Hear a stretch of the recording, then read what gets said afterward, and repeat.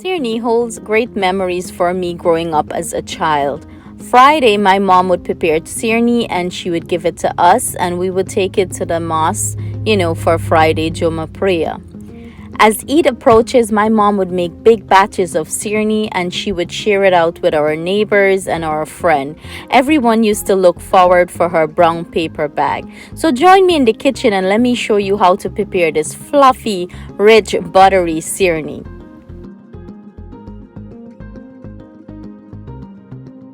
Prepare our sirnee. These are the ingredients we will be using. So I have here some butter. I'm using some salted cashew. You can use any nut of your choice here.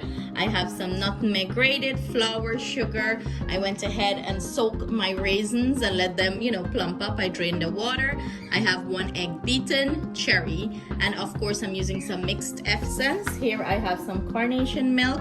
I went ahead and dropped my clove and my cinnamon stick. Everything I'm using will be listed in the description box below for your convenience.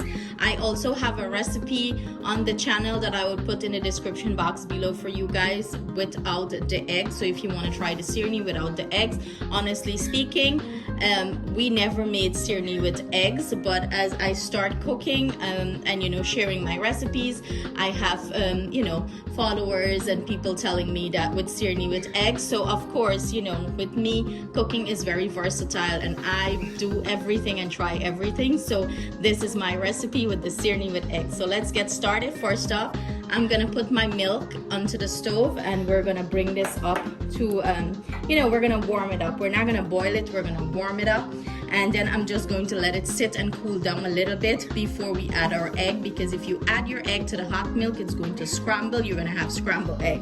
So you have to, as they say, you temper the egg. That's what we're gonna do. So I'm gonna mix my sugar in and I'm gonna put this on the stove and let it come up to warm.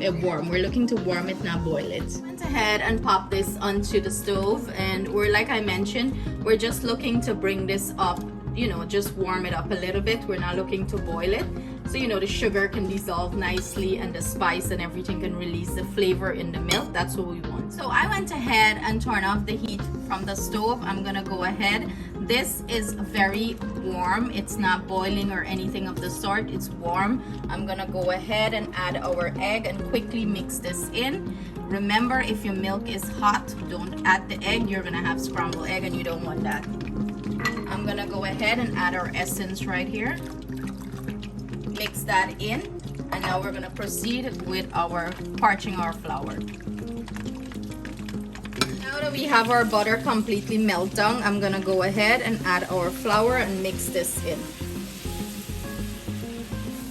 And you wanna get this on medium heat, not high heat, medium heat, and mix this in well so it combine and it start fry.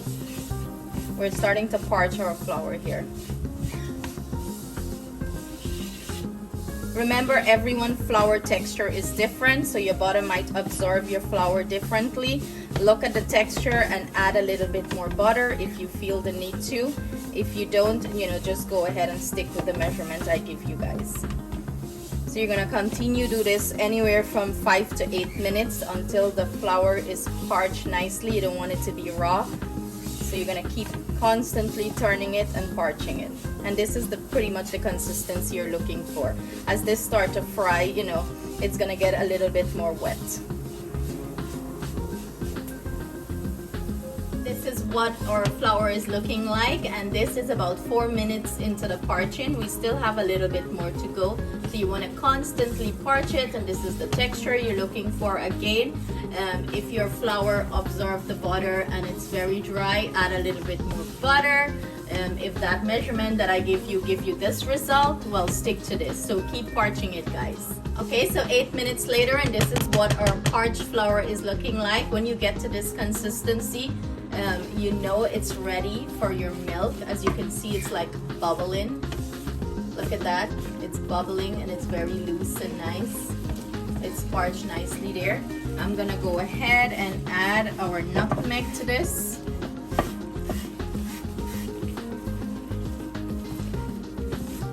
I'm gonna add our raisins.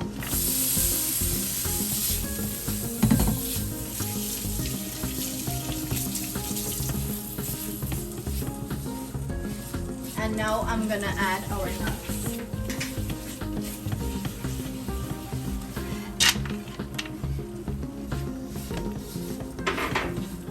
The aroma in the kitchen is so delicious. This is our milk mixture. I'm gonna go ahead and start gradually at it. I went ahead and turned off my heat. I'm gonna add half of this. We're gonna mix it in well, you know, let it absorb the flour good. I went ahead, turn off the heat to high, and then we're gonna proceed to add the other half. So I'm gonna go ahead and proceed to add the rest of our milk here, and we're gonna mix this in. It's gonna be moist and delicious and soft.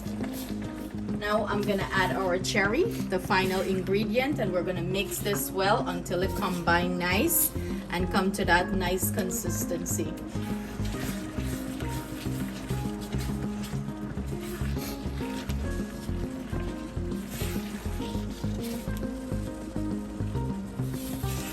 You keep mixing it, guys, keep mixing it, keep turning it fast.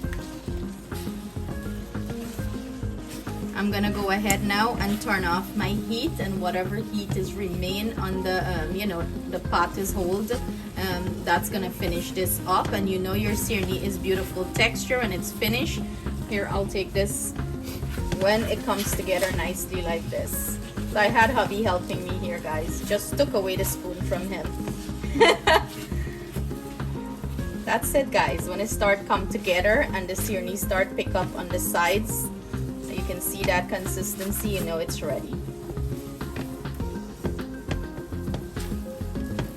It should come together like a nice ball like that, you know it's ready, and you know it's picking up nicely on the sides, like nothing is leaving on the side. Go ahead and transfer this to your bowl, you know, and let it cool down and you can serve it. So I'm gonna go ahead and do that, transfer this to our bowl, and we're gonna, you know, do a sample on it.